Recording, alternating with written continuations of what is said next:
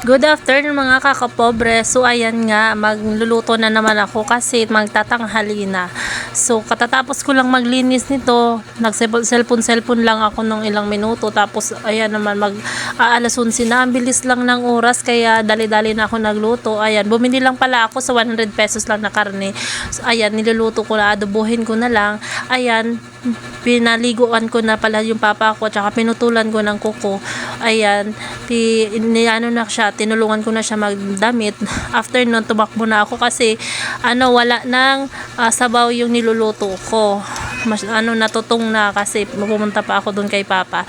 So ayan, nilalagyan ko na ng pagkain ng anak ko kasi hindi yun nakain kung hindi ko anuhin sila kasi hindi sila masyado kumakain ng karning baboy. Kung chicken yan, ayan, favorite nila yan. Lalong-lalo na yung panganay ko, hindi mo yun masyadong makpakain ng ganyan. So ayan lang mga kapobre. Thank you for watching.